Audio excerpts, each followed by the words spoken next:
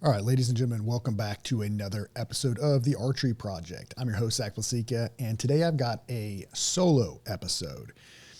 And we're starting to get close to the season. Depending on where you're at, the season may be opening up in the next week or so, or some of us are about a month out. And we see a lot of new people getting into the archery world and, getting ready to start their bow hunting journey. And it made me do a little bit of reflecting, and I kind of wanted to touch on if I were to start my archery journey over, what I would do different. Because when I first got into archery, I didn't approach it quite the way I think people should. And the learning curve was a lot steeper than it should have been for me. And partially was due to my own lack of seeking out individuals. But also I just didn't know what I didn't know. And there's a lot of great information out there now. My archery journey started, I was a little bit older, a little bit later in life, but it's been over a decade or so now. So it just didn't start off like I wanted it to, or like I think people should. And like I said, the learning curve was just steep and I made a lot of mistakes. And the goal with this is to hopefully shorten that learning curve for some of you guys getting into it and give you a little bit of information on maybe a better way to approach it and get involved in it.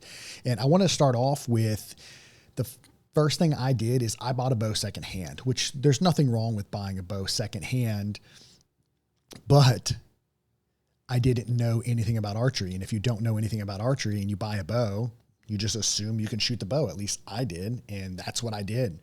There was no setting the bow up for me. There was no teaching me how to shoot the bow. There was no making sure the bow was tuned, making sure I was shooting the correct arrows. None of it. I just had some arrows that came with the bow and started shooting this. I didn't even adjust my peep height, none of that. I just started shooting the bow. And if you know anything about archery, it is critical that a bow is set up correctly for the individual behind that particular bow.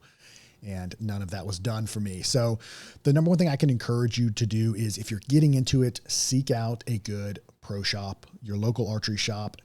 Take the time and find one, even if it's not close to you. It's worth making the drive to go and find a good shop, because they're going to take and get you set up correctly. You can do your research, do your due diligence, seek out the shop, look on Google, find reviews, and make the trip to a shop. It's worth its weight in gold. It is going to enhance and improve your entry or your experience getting into archery that much more. And it's going to take, and like I said, shorten that learning curve for you, because they're going to walk you through everything.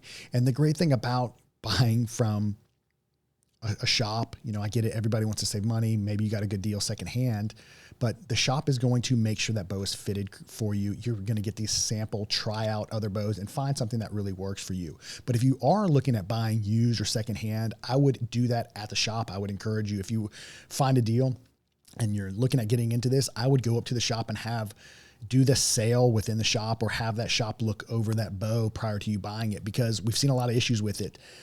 People buying a bow secondhand and they don't know what they're getting into, and maybe the draw length doesn't go long enough. Maybe it's a fixed mod, or it requires a cam to change draw length versus a rotating mod. So now they've got to spend all this money on a new cam or new strings, or they're right-handed and it's a left-handed bow. We've seen that. So I would highly encourage you to, if you're getting into this, take the time and go to a shop and get set up and fitted correctly, because there's a lot of variables and there's a lot of moving parts when it comes to archery.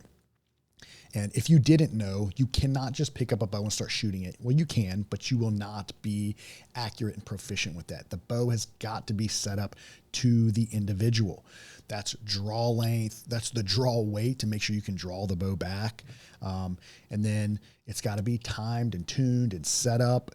And you've got to have the arrows built to that bow. So there's a lot of moving parts, and you can save yourself a lot of headache by going over to a good pro shop and having somebody qualified to get you set up. It's going to make everything that much better, and it's going to keep you safe, right? Because the last thing you want is a bow that you bought secondhand that's got issues with it, right? Whether it's a bent cam, it's cracked limbs, bad strings. There's a host of things that if you don't know what you're looking for, you can end up with a dud that could potentially, one, just fail and you're out all that money, or two, potentially cause an injury if that bow, something catastrophic happens. So I would highly encourage you to, seek out your local pro shop.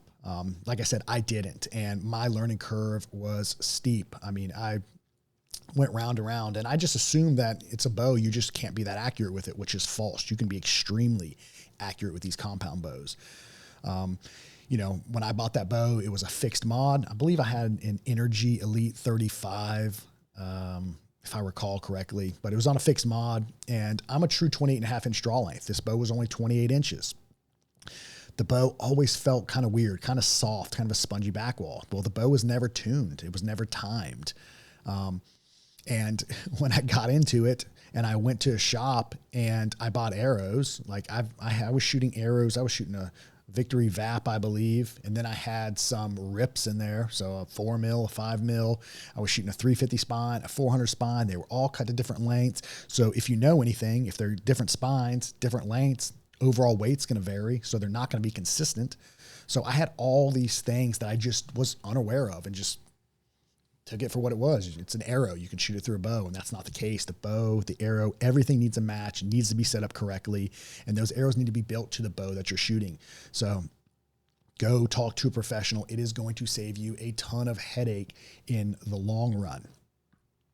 Like I said, it was just my experience wasn't great. And the other thing too, when it goes to, you seek out a professional in the field to help walk you through it, you're going to have an understanding you're going to get a better understanding of the terminology and the verbiage within the archery world, right? You're going to learn about all the different, aspects of the compound bow, how it works, how it functions, the accessories, the requirements, what's good, what's bad, and how they aid in your shooting. And you can do the research on your own, but it's an overwhelming amount of information out there with a lot of opinions, right? That can really easily overwhelm you and then just be frustrating. So it's best to go to a shop that can really walk you through it and put each of these things in your hands too. So you know exactly what you're looking at. What's the difference between a whisker biscuit, a drop away rest, a blade rest, all of these different things.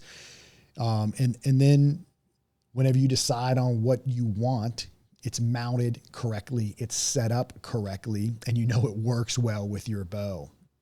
And like I said, there's a lot, and a good pro shop is going to take and kind of dumb it down for you and simplify it for you so you have a better understanding. And then two, with that, a good pro shop is going to teach you to shoot the bow, right? So I had no idea how to properly shoot a bow. I drew the bow back. The peep height was already set, so I would figure out how to look through it, and then I would shoot the bow. I didn't realize what an anchor point was, how critical an anchor point really is, how to grip a bow correctly, because we all know, or if you've been in archery for a long time, how important a proper grip on a bow is, because if you're death gripping that riser, you're inducing hand torque into that bow, which changes the trajectory or the flight of that arrow. So all of these different things, and a good pro shop is going to walk you through that process beginning to end, right? They're going to let you try bows. At least that's what we do at Extreme Outfitters. They're going to let you try these bows so you have an idea of what they feel like. They're going to help you go through and pick out your accessories. If you're not buying a ready to hunt package, which a ready to hunt package is a great option. So it's everything you already need. And then they're going to build the bow. They're going to set it up to you. They're going to get your measurements, make sure the bow is fitted for you, get your draw length, make sure you can pull the bow back, make sure if you're a right-handed shooter, it's a right-handed bow. And then after that, they're going to help you find your arrows, which as a new bow hunter, you don't want to overspend on arrows because you're going to lose them. You're going to break them. They'll build those arrows to your bow. And then the biggest takeaway is teaching you to use your bow, right? So most of your good shops, it's all about the service. They're going to provide a superior service for you so that you get into the archery world and stay with it. Because if you get into it and it's set up wrong and you can't shoot the bow, you're not going to stick with it. Nobody wants that. We encourage you. The archery community is a very welcoming community. And the more archers we have, the more this grows, the better it is for everybody. So a good pro shop's going to take you and put you on the range and show you how to shoot that bow, help you get that bow sighted in, walk you through the process of sighting that bow in. But the biggest thing is teach you the technique and the fundamentals in order to shoot that bow and shoot that bow accurately. Because when it comes to accuracy with archery, it's all about repeatability. You have to do the same thing the same way over and over again in order to be accurate. And any kind of deviation or change in the way you grip the bow, where you anchor, how you release that shot is going to change the trajectory or the impact of that arrow. And a good shop is going to make sure you learn those fundamentals that you can build on in order to be successful in the woods. If you decide to opt for the bow hunting side of things, it's going to really lessen that learning curve, because for me, I didn't have that and I was a mess. I just really wasn't consistent and really wasn't as accurate as I could have been if I had somebody show me that process. There's a lot of great resources online, but nothing beats hands-on education that can really take and show you how to stand, teach you proper posture, how to actually hold and grip that bow and index that grip, and then how to anchor correctly and look through your peep sight so you're not scrunched or you're not overextended. There's a lot of things that hands-on education is just going to be superior and really help expedite that process. Don't get me wrong. There's, like I said, a lot of great resources online, podcasts, YouTube videos. We have a whole series of YouTube videos on Extreme Outfitters YouTube channel. There's a lot of great ones. John Dudley has the School of Knock series where he teaches you every aspect of the shot process and how to work through it. So there's a lot of great resources, but hands-on just makes it that much better and helps you really, at least for me, grasp the concept a lot better. So I would encourage you, utilize your pro shop, find one, seek one out. If it's far away, make the drive. It'll be worth it. Call ahead and make sure they've got time for you and make the drive and go, and it'll be worth its weight in gold. I guarantee it. The other thing I would encourage, so one of the hard lessons for me, whenever I first got into it, was when I first went out and shot my first deer. So I did not realize that when you strap a broadhead on the front of an arrow, it can change the flight and the point of impact of that arrow. I was unaware, as I think most new people are. It was just my own lack of knowledge, I guess you could say. And it was a hard lesson. So like I said, I was shooting different arrows, different spines, different lengths, different diameters. And I had my 4 or 5 in my quiver. And I had these broadheads that I had purchased, and I shot my first deer and it was a bad shot. And I did not know, I did not understand what happened, what went wrong. I felt like I did everything right. Turns out I probably did everything wrong, from my form, my technique, to not having a bow tuned, to not testing the broadheads that I was shooting, to not shooting the same consistent arrows. So there was a stack of variables against me. And as we all know, as bow hunters, there's already a ton of variables stacked against you. Bow hunting is hard. It requires effort. It requires dedication. It requires years and years of building and learning and failing and all sorts of stuff. But you can take and minimize those failures or reduce those failures by having quality equipment set up correctly for you. And, then it comes down ultimately to the shooter, the fundamentals, and your ability, your woodsmanship skills. But, this was a host of issues for me, and I shot that deer. It was a bad shot, terrible feeling. I recovered the deer, but it didn't go as I had thought it would or imagined it would have.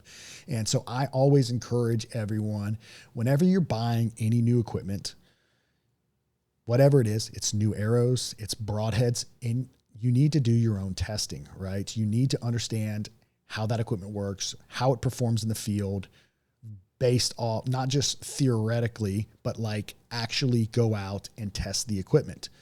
Everybody says they have the best performing broadhead or they have the truest shooting broadhead, but depending on your arrow build and your arrow setup, what veins you have on the back of that shaft can determine how that arrow flies. When you strap something on the front of that arrow, it's going to change the flight of that arrow, especially when you move into fixed blade broadheads or bigger broadheads. So I always encourage people now to sacrifice one of their broadheads and use it for testing so you can see the point of impact on that arrow. You need to know how that arrow flies with that broadhead. I did not do that, and I paid for it, and it was a terrible feeling. So I encourage you, spend time, practice with your equipment, whatever it is, new stand, new sticks. You need to take it out in the woods and test it before it's game day. You need to build that confidence, because when you have confidence in your equipment and your bow and everything you're using, it is going to make your bow hunting experience that much better. And there's, being comfortable and confident in the woods is key to being successful. And you owe it to the animals anyways. You need to be proficient and confident with that equipment if you're planning on shooting an animal. I think you owe it to them. So take time, spend time behind that equipment, test out your equipment, test those broadheads, test those arrows, make sure that they are shooting and performing as they should. The other thing I encourage is you need to take that bow at least once a year and have it looked over, right? Have your strings inspected, make sure it's in time, make sure it's tuned, take it to your shop at least once a year prior to the season, a month or so out, so that you know it's still performing as it should. Because we see a lot of guys who put their bow down after the season and then pick it back up right before the season. And I don't necessarily think that's the best move. You need to make sure that bow is still performing. And that's where it comes to spending time behind the riser, behind the bow that you're shooting. Right? I'm big on, I shoot a bow all year round. I know not everyone does, and I don't expect everybody to. It is my life. I mean, everything I do is based around archery and bow hunting. And what we see is a lot of guys who, like I said, put their bow down and don't start shooting it again until the season is back. And if you've ever shot a bow and you have not shot it consistently, it's very technical. And when it comes to the shot process and the fundamentals, they deteriorate very quickly when you do not spend time behind that riser. You need to shoot the bow. If you don't, your form is going to break down. I notice it, and I shoot all the time. If I go a couple weeks without shooting my bow and I come back to it and it seems like I'm missing, a little left or a little right or whatnot, the first thing you want to do is blame the bow and blame that it's not tuned. And it turns out it's the individual behind the bow. Your technique and form has broken down, and you've got to kind of redevelop that and rehone those skills. So I would encourage you to make sure, just shoot the bow. Shoot the bow more often. And if you are somebody that puts it down, you need to pick it up a little bit earlier than right before the season. So again, you can rebuild those fundamentals and make sure, one, the bow is shooting well, and two, that you're confident in hitting where you need to. Again, a lot of variables when it comes to shooting a bow, and it's very, very easy to, especially when you get in the heat of the moment, adrenaline's high, that animal walks out and you don't have that muscle memory and you have not been consistently shooting that bow. You can really shank that shot or pull that shot and have a bad shot just because you break down in the heat of the moment. So one way to help alleviate that a little bit is being comfortable and confident with your equipment and shooting your equipment a lot. There's a lot of local things you can get involved in the archery, in the archery community in the off season, right? There's 3D events, there's indoor leagues. There's a lot. And there's a lot of places that offer those. I mean, we do 3D stuff January through June, just to keep it fun and keep people behind the bow, and keep people shooting, because like I said, with archery, it's very technical, and there's a lot of technique that is required in order to shoot a bow consistently and confidently. And the more you can stay behind the riser, the better off you're going to be. So don't make the mistakes that I did. Make sure that bow is set up for you. The bow is built for you. The arrows are built for the bow you're shooting, and you're testing your equipment. So moving from that is the other focus that I see, and I think most people are guilty of it, especially when you get into new things, is focusing on gear and not the basics or the fundamentals. So I've been guilty of it.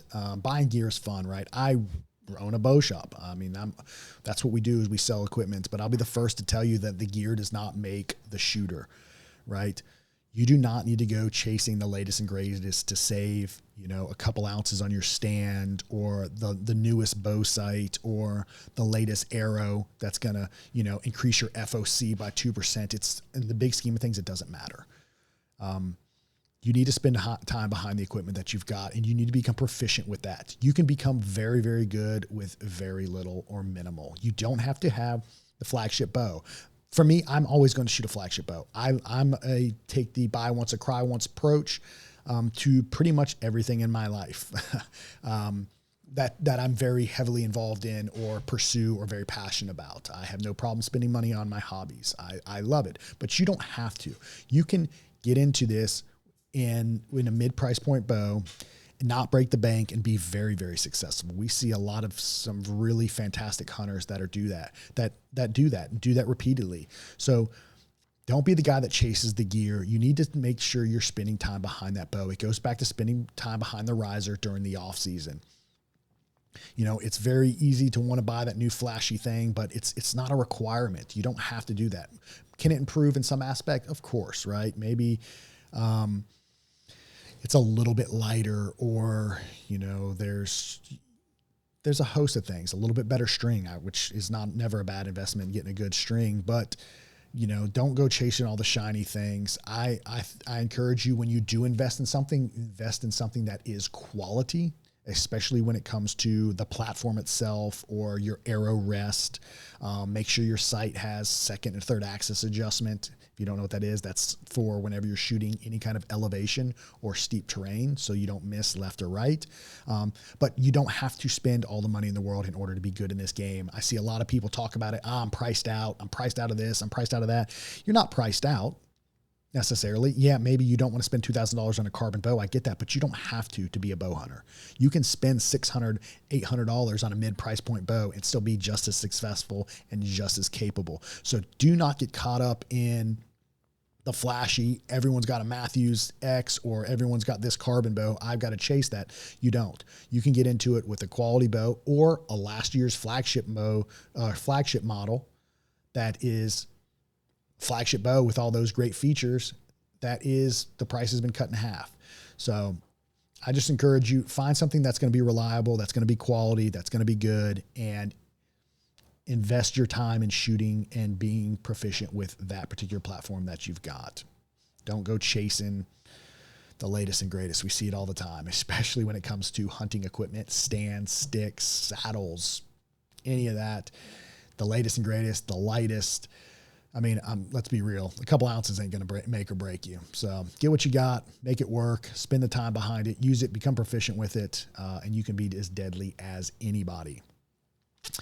One of the other things that I would encourage you is have a basic understanding of the tuning process of a bow. You don't need to be able to tune the bow, but I think you should understand how the equipment works in order to diagnose any issues within the bow that you're shooting, right? So maybe the back wall feels a little bit spongy.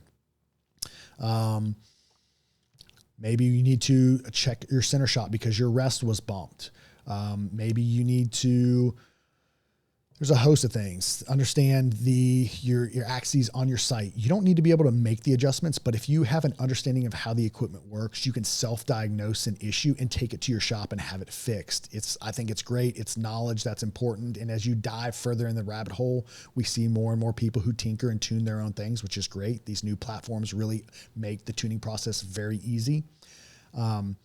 But understanding how these bows work is going to really make, and like I said, you don't got to be super technical about it, but just having a basic understanding is going to improve your archery journey when it comes to issues and diagnosing issues. You know, you hear a rattle in the cam, you might need to tighten down your mod. And that comes back to maintenance too. When you understand the basic, fundamentals of how the bow works and how to maintain the equipment. The equipment's going to last you a lot longer, and it's going to save you heartache and headache in the long term when it comes to diagnosing issues within your bow, because things happen. There's a lot of vibration. There's a lot of moving parts on these.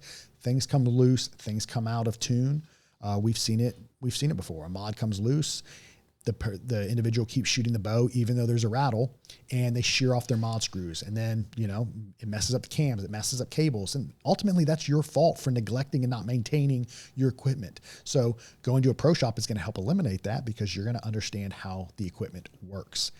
So make sure you maintain your equipment. You kind of learn the basics of it. And one of the other things that I've seen before too, when it comes back to maintaining equipment, is like a limb-driven rest, right? The launcher pad is supposed to be down on some of these when the bow is not at full draw. Well, whenever the the launcher pad is always up and your arrows start flying weird, you could have self-diagnosed that instead of losing arrows or losing fletchings or whatnot by simply, your limb-driven cable has stretched a little bit. That's something you can maintain yourself, and you don't got to make the trip all the way to the archery shop, which there's nothing wrong with it to have them once over it, but it can save you a little bit of headache and a little bit of time and a little bit of money. So I would encourage you to understand your equipment a little bit better. But yeah, that's about it. Archery season's almost here. I think it's important, especially all the new shooters that we coming in, the guys and the girls that are looking at getting to archery, which is absolutely fantastic. I think if we can introduce, or you can be introduced into the sport in a better way than I was, you're going to have more success. You're going to develop confidence faster, and it's really going to lessen your learning curve. So I hope this episode was helpful. Like I said, these are just doing a little bit of reflecting and some of the experiences that I've dealt with or that I've seen internally here. And, our goal is to, make your archery journey a little bit smoother and enjoyable. So as always, I appreciate you guys following along and watching. Drop some comments, give us some feedback, and that's it, guys. We'll see you guys in the next episode.